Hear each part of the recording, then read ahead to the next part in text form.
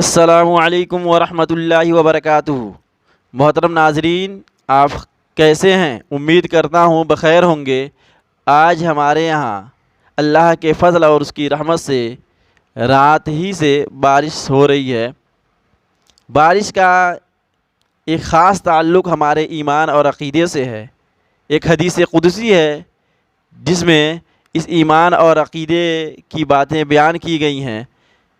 حضرت زید بن خالد جوہنی رضی اللہ تعالیٰ عنہ بیان کرتے ہیں کہ ہمیں رسول اکرم جناب محمد الرسول اللہ صلی اللہ علیہ وسلم حدیبیہ میں رات کی بارش کے بعد صبح کی نماز پڑھائی۔ پھر آپ صلی اللہ علیہ وسلم نے فرمایا، هل تدرون ماذا قال ربکم، کہ کیا تمہیں معلوم ہے کہ آج تمہارے رب نے کیا کہا ہے؟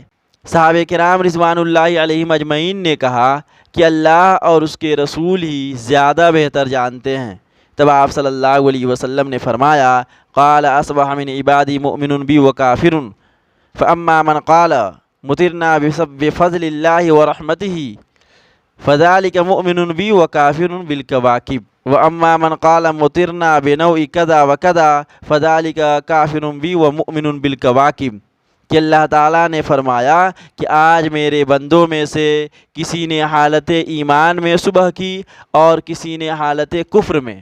پس جس نے یہ کہا کہ اللہ کے فضل اور اس کی رحمت سے بارش نازل ہوئی ہے تو اس نے مجھ پر ایمان لے آیا، اور ستاروں اور نچھتر کی تاثیر کا انکار کیا۔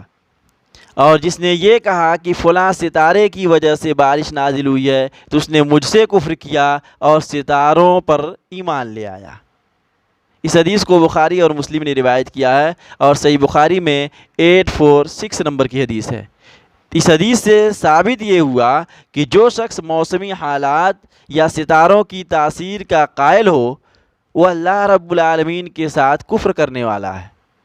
اسی طرح جو شخص کسی کی قسمت پر ستاروں کی تاثیر کا قائل ہو وہ بھی کفر کرنے والا ہے۔